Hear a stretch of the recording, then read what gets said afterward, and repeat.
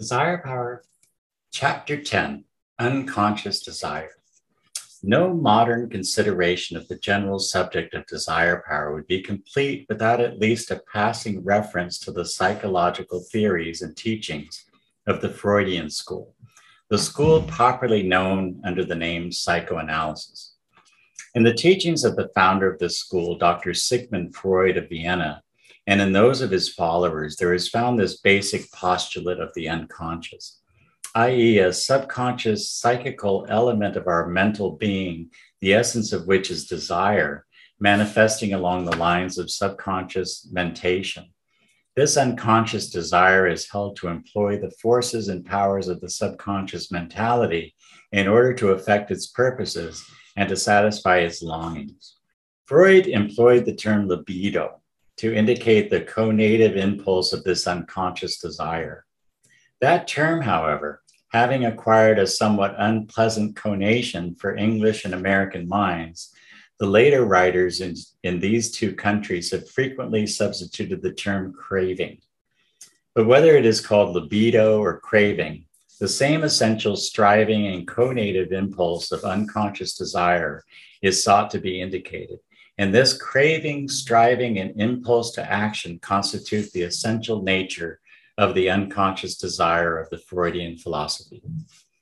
Dr. Wilfrid Ley, one of the most popular American exponents of the Freudian philosophy in his excellent work entitled Man's Unconscious Conflict, says of the power of unconscious desire and of its essential nature.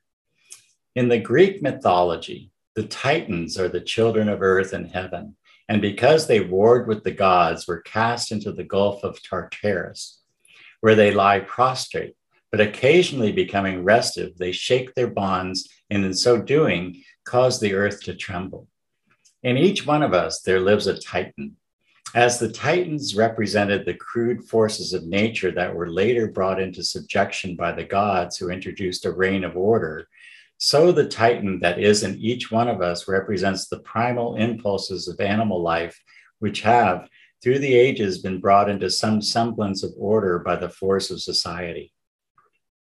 But just as the Titans in the old mythology made themselves felt in disturbances of the equilibrium of the world, so sometimes do the Titans residing in all of us break loose and do much damage in our daily life. And as the Titans were chained in the deep pit and could never show their faces to the light of day, so these primordial vital forces are generally controlled by the restraints of organized society and are as little in evidence to most people as if they, too, were chained at the bottom of a pit. Their writhings, however, are not without effect on our daily thoughts and on our bodily functions. That part of our mental life of which, as a general rule, we know nothing, but which exerts a great influence upon our actions is known in the newer psychology as the unconscious. And in this book, I frequently refer to it as the unknown Titan. These two theories, first, that a large part of our mental life is unconscious, unknown, or unknowable, and second, that a creative force, by whatever name it may be called, is constantly impelling all animate life, have been used together in working out the science of psychoanalysis. The prime mover of the human soul, then, is its continual craving for life, for love, and for action.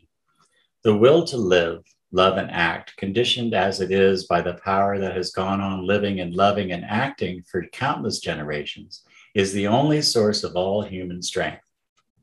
Thus, from the above quoted statement concerning the nature and actions of the unconscious desire of the Freudians, you will see that the basic postulate of Freud and his followers is quite similar to that of Schopenhauer, von Hartmann, and others as the voluntaristic school of philosophy referred to in the preceding sections of this book. In fact, the Freudians have built upon the original foundations of older philosophers just mentioned. The latter, in turn, had built upon still older foundations of Buddha, Heraclitus, and others of the ancient schools of philosophy.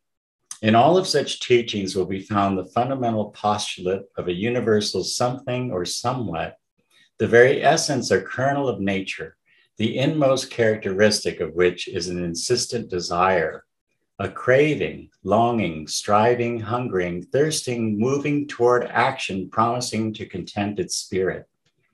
In short, to employ the figure so often quoted by us in this instruction, it is a power with the desire to act, or a desire with the power to act. The Freudians, however, do not pursue the metaphysical road in their treatment of the unconscious desire. They prefer the nearer and safer highway of psychology. They emphasize the fact that in human life and behavior, the unconscious desire is the predominant moving power. They labor strenuously to uncover the hidden unconscious sources for many of our supposed free conscious actions. And in many cases, they make out a very good case for the supremacy of the unconscious, though in others, their explanations and conclusions seem to be more or less forced or even fantastic. Passing by the extreme and radical theories of some of this school, it must be admitted that its teachings have done a great work in revealing to us the hidden springs from which flow the streams of thought, feeling, and action, which constitute our respective personalities. Likewise, they have bestowed upon the race certain valuable, efficient methods of correcting abnormalities and faults arising from the uncontrolled operations of the unconscious. The Freudians throw an interesting light upon the real causes of many of our common everyday actions, which we fondly imagine that we are performing of our own free will and by reason of certain conscious motives. The teachers show us that these certain conscious motives are not at all the real motives of our actions. The real motives are to be found in certain far below the surface, buried and hidden desires, cravings, longings, desires. These real motives are often completely concealed from us and are revealed only through methods of psychoanalysis conducted along scientific lines. Our so-called reasons are often more excuses or pretexts, evolved in order to quiet our minds and consciences, while the unconscious desire proceeds to manifest and express itself through us. Ernest James, in his works treating upon the subject of psychoanalysis, employs the term rationalization to indicate that tendency on our part to ascribe a conscious reason or motive to those of our actions which are really caused and motivated by the wishes, desire, and craving of the unconscious. Lay also gives numerous examples of actions which seem unaccountable and indeed are unaccountable, except on the grounds of their having been motivated by the unconscious wish. Freud gives the keynote of his general theory concerning the influence of our past experiences and of the feelings resulting from them upon our present thoughts, feelings, and actions in his statement, "We are what we are because we have been what we have been." A writer on the subject adds, "Down in the dark, hidden mental pit of the unconscious that even we ourselves do not know, and yet from which impulses are always springing and affecting our reactions to life, are many instinctive cravings, many antisocial, egotistic, jealous, hostile thoughts. We often have to repress them consciously, but much oftener they are unconsciously repressed. Sometimes a slip comes and they are revealed against our own will, at least discovered to those who understand something of the operation of the subconscious mind, an increasing number now." Dr. Drysdale says, "Experiences long buried and long forgotten continue to exercise a dynamic force in the life of individuals, influencing their reactions and apparent motives. They are subconscious undercurrents, expressed usually in the normal person, but active. In breaks, such as lapses in speech, gaps in memory, the cue to the underlying regressed thought may often be found. Every experience possesses the power to reflect its influence upon our later life. No experience is ever wholly lost. Our present actions are, to a large extent, the outcome of antecedent acts or impressions. It must be admitted that life is a constant conflict between our natural instincts, motives, and desires, and the standards established by the society in which we move and have our being." We repress from conscious memory many experiences that date back to days of childhood, but they lurk in the mind subconsciously. Apparently long forgotten, it may be that the recollection of the incident will crop out at any time, resurrected by some idle word or fleeting thought, as a disturbing or antagonistic mental influence. We shall not go further in this brief consideration of the teaching of the Freudian school concerning the subject of unconscious desire as expressed and manifested by the unconscious or hidden self of the individual. In that volume of this series entitled Subconscious Power, we have explained the general teaching of that school, as well as having given a careful statement of the entire general subject of the subconscious, superconscious, or unconscious planes of mental activity. We recommend that book to your attention if you are especially interested in that particular phase of psychology.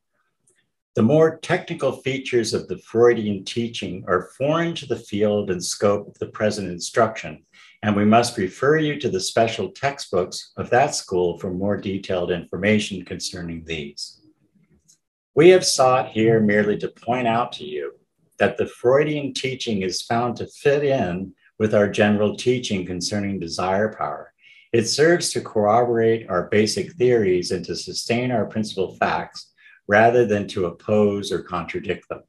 The better and more practical writers and teachers on the subject of the Freudian philosophy and psychoanalysis, instead of following the example of those other teachers who emphasize the abnormal and unpleasant phases of unconscious desire, strive rather to point out the benefits which may be secured by means of acquiring a control of unconscious desire and then setting its forces to work in your behalf rather than against your best interests. This, again, you will see, is in accord with our own teachings. We have insisted early and late, from beginning to end, that you must be the master of your desire power, not its slave. Desire power, conscious or unconscious, may be a terrible master, but once you acquire control of it, it becomes your willing and faithful servant. Especially helpful and practical is the teaching of exponents of the Freudian philosophy concerning the process of sublimation. The process of sublimating the crude and gross desires into the finer metal approved of by the cultured and trained conscious mentality of the individual, just as the ancient alchemists sought to sublimate the baser metals into gold. The elemental force of desire power may be drawn through proper channels to higher levels of activity and accomplishment, there to be set to work in the direction of that which makes you stronger, better, and more efficient, and which also serves better the purposes of civilization and the welfare of the race. This teaching concerning sublimation also is found to accord with our own teaching as contained in the present book and others of this series. In fact, many of the methods set forth in these books and presented to you in this instruction are based upon the precise principle, i.e. that of transmutation or sublimation of the elemental desire power into the higher forms of its expression. In this book, you have been asked to consider the facts which you've discovered concerning the nature, character, and modes of activity of desire power, that great elemental psychic energy, which is seen to pervade all existence and to be present universally. Analyze the actions of any or every living thing, and you will find desire power inspiring and motivating. Nay, examine the motions of the so-called inanimate objects of nature, and you will find even there the energizing forces of something like desire power. If nature be regarded as a magnificent cosmic machine, then desire power is the motive power that runs that universal machinery. If nature be regarded as a living macrocosm, then desire power is the living motive power inspiring and causing its activities. From whatever angle nature may be viewed, under whatever hypothesis or theory it may be regarded, desire power is perceived to be the something or somewhat directly responsible for making the wheels go round. The old Hermetic axiom, as above, so below, as within, so without, as in great, so in small, is seen to apply here. The individual and the cosmos both are seen to have as their essential motive power that original, aboriginal, elemental, fundamental something, which we know as desire power. In view of this fact, you scarcely need to be urged to study the methods of operation of this mighty force so that you may harness it to your machinery of life and action. Like gravitation or electricity, its power is available to all who have the courage, intelligence, and perseverance to master it and press it into service. It is as free as the air or the sunshine. It costs nothing to run your living machinery with it, nothing but persistence and determination. You do not have to supply it with power or to add energy to it. It has within itself far more power, energy, or force than you will ever have occasion to make use of. All that you need do is to tap onto its free energy and to set it to work for you in the direction of running the mental and physical machinery with which you have provided it. Let us ask you to consider the following remarkable statement of Dr. Wilfrid Lay, to whom we directed your attention in the first pages of the present section of this book. Speaking of the desire power of the unconscious, Dr. Lay says this: I call your attention to the enormous power of the unconscious. It is the accumulated desire in each one of us of eons of evolution, the present form in each individual of that vital force which has kept itself immortal through thousands of generations of men behind us and millions of generations of animals behind them. It need not be anything but a source of power to us, power that we can draw upon if we rightly understand it, just as we can turn on power from a steam pipe or an electric wire. It need not be destructive. Indeed, it is not destructive, except in the most distracted souls. But on the contrary, ought in each one of us, when we have learned to manage it rightly, to be as much and as completely at our command as is the power of the automobile. As in the automobile, there are a few simple things that we have to learn, and the rest is furnished by the maker of the car. And we do ill to tamper with it. The experience of having a 50 horsepower auto placed at one's command, if it is to be driven by oneself, is a situation into which there are many persons, both men and women, who are very loath to enter. And similarly, there are many persons who, for various causes, would not be willing to have developed the 50,000 generation power which resides in them. To all intents and purposes, and as far as human flesh is able to bear the strain, this power, which is largely in the hands of the unconscious, in most men and women, is illimitable. Desire power is a cosmic force designed for the controlled and directed use of the strong. It is at the disposal of all, but only few are courageous and determined enough to avail themselves of its services. The masses of men merely dally with it, play with it, handle it gingerly. The masters of men boldly grasp its controlling levers and turn its power into their mental and physical machinery. It is a master force fitted only for the service of masters. It is the rightful servant only of those whose slogan is, I can, I will, I dare, I do. You can be a master of desire power and thus a master of men, a master of circumstances, a master of life, if you but will to be so. You are the master of your fate, the captain of your soul. If you will but recognize, realize, and manifest the power of the I am I, which is your real self, and of which desire power is the willing servant.